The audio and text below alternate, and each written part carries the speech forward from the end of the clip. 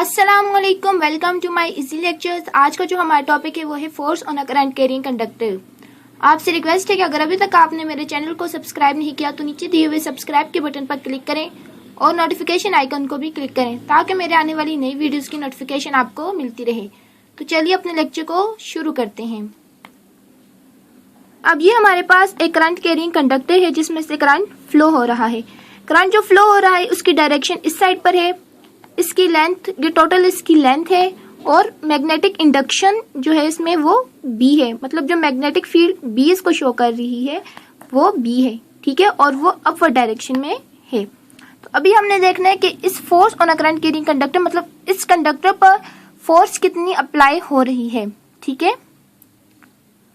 अब जो फोर्स इस कंडक्टर पर अप्लाई हो रही है वो डिपेंड करती है इसमें से करंट कितना फ्लो कर रहा है और इसकी लेंथ कितनी है, ठीक है। अगर कंडक्टर में से करंट ज्यादा पास करेगा तो इस पे ज्यादा फोर्स अप्लाई होगी, इसी तरह इसकी लेंथ जितनी ज्यादा होगी उतनी ही ज्यादा उस कंडक्टर पर फोर्स अप्लाई होगी। अब force is directly proportional to I, मतलब जितना ज्यादा करंट होगा उतनी ज्यादा फोर्स होगी, इसी तरह जितनी ज्यादा उसकी लेंथ होगी उतनी ज्यादा इस पर फोर्स अप्लाई होगी। अब हम इन दोनों इक्वेशंस को कंबाइन करके लिखते हैं। अब जो हमारे पास इक्वेशन बनी है वो है F is directly proportional to IL। अब हम इस प्रोपोर्शनलिटी के साइन को रिमूव करेंगे, इसको रिमूव करके हम कोई कांस्टेंट लगाएंगे। तो इस केस में जो हमारे पास कांस्टेंट होगा वो B होगा, मतलब मैग्नेटिक इंडक्शन के जो B था, अब इस केस में ये कांस्टेंट है, ठीक है। अब इन ऊपर वाली इक्वेशंस को जब हमने सॉल्व किया तो उसके बाद आ गया था F is proportional to IL। तो अब हमने उस प्रोपोर्शनलिटी के साइन को रिमूव किया तो हमारे पास आ गया प्रोपोर्शनलिटी कांस्टेंट B हमारे पास मैग्नेटिक इंडक्शन है, ठीक है। इस B से हमें किसी भी मैग्नेटिक फील्ड की स्ट्रेंथ का पता चलता है। अब हमारे पास ये जो फोर्स है ये L, I और B ये सब हमारे पास वेक्टर क्वांटिटी हैं।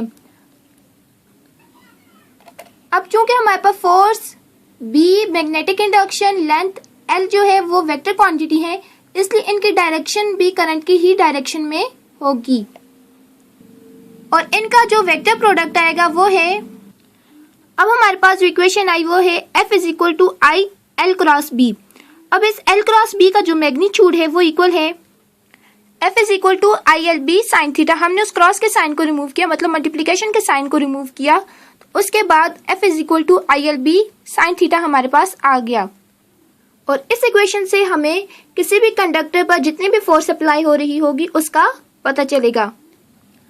अब हमने ये फाइंड करने की ये जो कंडक्टर जो कि मैग्नेटिक फील्ड में रखा गया है तो इस पर जो फोर्स अप्लाई हो रही है उसकी डायरेक्शन क्या है। तो डायरेक्शन ऑफ फोर्स हम लोग फाइंड आउट करेंगे by using Fleming left hand rule, ठीक है। अब हम लोग by using left hand rule हम लोग कैलकुलेट करेंगे कि डायरेक्शन ऑफ फोर्स क्या है। इसके लिए हम लोग यूज करते हैं थंब, फर्स्ट 2 फिंगर्स, ठीक है। जो थंब है वो पॉइंट आउट करता है डायरेक्शन ऑफ फोर्स को, ठीक है, ये पॉइंट आउट करता है डायरेक्शन ऑफ फोर्स को। और जो फर्स्ट 2 फिंगर्स हैं उसमें ये वाली फिंगर पॉइंट आउट करती है मैग्नेटिक इंडक्शन, मतलब B की डायरेक्शन को। और जो लास्ट फिंगर है, जो सेकंड फिंगर है, वो पॉइंट आउट करती है डायरेक्शन ऑफ करंट को, ठीक है। इसको जिस तरह मैंने याद किया था उसके लिए मैंने यही फार्मूला किया था कि FBI, ठीक है। अब ये जो कंडक्टर है जिसमें से करंट फ्लो कर रहा है और ये मैग्नेटिक इंडक्शन मतलब किसी मैग्नेटिक फील्ड में प्रेजेंट है, तो इस पर जो फोर्स एग्जर्ट हो रही है वो डिपेंड करती है मैग्नेटिक इंडक्शन मतलब B पर, लेंथ L पर, I करंट पर, और साथ ही साथ डिपेंड करती है वो थीटा पर कि थीटा कितना है। अब हम इस कंडक्टर को मैग्नेटिक फील्ड में रखते हैं बट इन पैरेलल डायरेक्शन, मतलब जिस डायरेक्शन में मैग्नेटिक फील्ड है उसी डायरेक्शन में हम इस कंडक्टर को भी रखते हैं इस तरह से। मतलब अब जो कंडक्टर लिया है उसको अभी हमने पैरेलल करके रख दिया है जिस डायरेक्शन में मैग्नेटिक फील्ड है, ठीक है। तो उस केस में अब थीटा क्या होगा। अब देखें दोनों की डायरेक्शन सेम है तो थीटा इनके दरमियान, कंडक्टर और मैग्नेटिक फील्ड के दरमियान जो थीटा होगा वो 0 होगा। अब जब थीटा हम लोगों के पास 0 हो जाता है तो उसलिए फोर्स भी क्या हो जाती है, 0 हो जाती है। मतलब कि एंगल के जीरो होने से फोर्स भी जीरो हो गई। अब इस कंडक्टर को हमने मैग्नेटिक फील्ड के परपेंडिकुलर रखा है, तो इस केस में अब थीटा क्या होगा? इस केस में अब थीटा होगा 90 डिग्री। जब थीटा 90 डिग्री के इक्वल होगा तो फोर्स हमारे पास आएगी F is equal to ILB, क्योंकि साइन 90 इज इक्वल टू 1 होता है। इसका मतलब ये है कि फोर्स इस तरह थीटा पे डिपेंड करती है कि अगर उसका एंगल जीरो होगा, मतलब कंडक्टर उसके बिल्कुल पैरेलल होगा मैग्नेटिक फील्ड के, तो उस केस में थीटा जीरो होगा और उस वक्त कोई भी फोर्स उस कंडक्टर पर नहीं होगी। लेकिन जब वो कंडक्टर हम लोग परपेंडिकुलर करके रखते हैं किसी मैग्नेटिक फील्ड के, तो उस केस में थीटा 90 हो जाता है और उस वक्त फोर्स मैक्सिमम हो जाती है उस कंडक्टर पर। अब हमें पता है कि F जो है वो इक्वल होता है ILB के। अगर हम यहाँ से मैग्नेटिक इंडक्शन की वैल्यू निकालें तो वो हमारे पास इक्वल आता है B is equal to F by IL के।